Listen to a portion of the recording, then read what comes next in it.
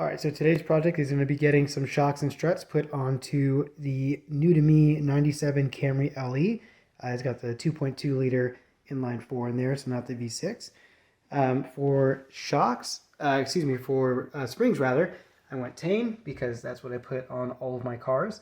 Got the KYB for the mounts themselves, and then of course for the shocks as well. I'm going to roll through here. I'll try not to block the camera or the light.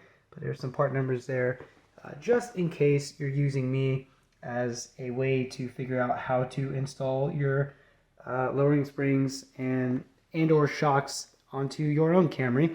There are probably better videos, so I'd recommend them. But yeah, let's get started. All right, so after a time lapse, we've got the car up. Got them all four sides up on jack stands with tires underneath. Had to do one more trip. I forgot that all those little kits usually don't come with the rubber mounts, and mine are, I mean, they're not bad, but I mean the car is what, 25 years old, and I don't think there's any reason to reuse stuff from this. The only thing I'm not going to have is the bump stops, because I was thinking about taking those, but as you can see there, whoops, get that light out, there we go, they are thoroughly destroyed, so probably not even worth putting on. I've run no bump stops on the street basis Z's that I had on my Matrix, and I mean it's just for my mom to commute around town, and the only reason why I'm even doing this is because the shocks are just super bouncy. Like I should have done a video of it, but when you push down on the ass end of the car, it just goes. I mean, it settles itself quickly enough, but yeah, I don't know. Plus, it just looks pretty gross in here. The car sat not as much as the ES300 did that I had and that I recently sold to acquire this. Oh yeah, see, that's busted. There was going to be no using that. Yeah, that's pretty bad. So yeah, good thing I replaced that. Plus, I really just, I mean, look at that. I don't want to take that apart and use any of that. It's pretty gnarly looking. But yeah, so next bit is going to be getting these things out. I'm probably going to start in the back. Usually, put that light down. Usually, it's fairly simple. I mean, a lot of it's just taking apart some of the stuff in the back here, so you can get into the top mount area, which is like usually right here behind, I think behind or below the seatbelt, something like that. But yeah, so I'm gonna get to work on that, and I don't know how much of that I'll record because again, there are better videos that you can look at. When you are trying to figure out, I'm recording dark stuff. Yeah, better videos that you can look at when you're actually needing to install stuff. So yeah. All right, so here's one of the rears. I just got that pulled out, and I just want to take a look at it.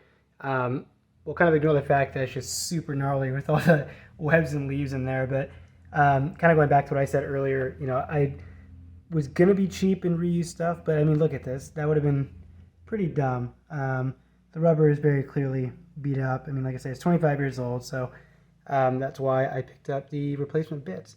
Yeah, plus there's like, so we can get the angle here, there's like kind of bump stop again, just absolutely annihilated. So yeah, I think it's just good to replace that stuff and just get in there with some fresh parts. So all right, so after entirely too long with interruptions like eating food and picking my daughter up from school, I got stuff installed in the rear. You know, kind of pretty straightforward since it isn't a coilover, so it's not smaller, like a smaller unit than what is originally there. So could have been worse.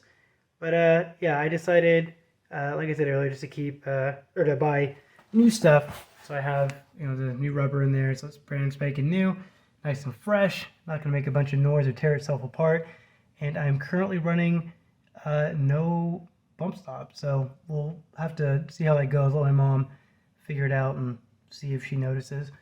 But yeah, so the other thing I'm going to do is at some point I'm going to replace the end links because I probably should. They're looking not like the worst ever, but definitely could use a little replacing, I think, and may as well freshen stuff up down here while I'm at it. So yeah, but that'll be a video for another time, I think. All right, so here is the finished product. It's not super low, but that's not what these Teins do. Oh, you can't see it from here because it's a little too dark. There's probably, what, a 4 finger gap in there. So 3.5, something like that. So it looks good.